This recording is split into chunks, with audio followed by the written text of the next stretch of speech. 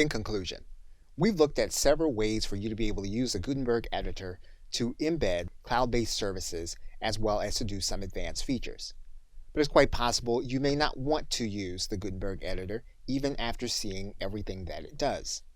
If that's the case, you do have a couple of options. One of the first options is to add a block, and then you can start by typing in classic, and you'll see that there is a classic editor block. When you click that block, what you can do is when you place your cursor inside, you'll see the WordPress Classic Editor for that particular block, and you can use it just as you would in the older version of WordPress. But you also have some of the features available with Gutenberg, so you'll be able to move this block up inside of your document. One of the other ways of being able to use the Classic Editor is to use a plugin. And so what you can do is you can go to Add New Plugins, and you can start by typing in Classic Editor, and then hit Enter. And you're going to see several options available to you. You can choose the one that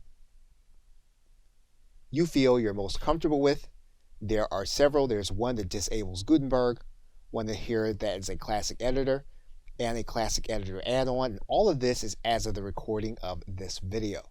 And to do this, you'll need to install and activate the plugin. However, the most conservative would be to use the block of Classic Tools. Okay, so with that, thanks, and I'll see you either in another video or in another course.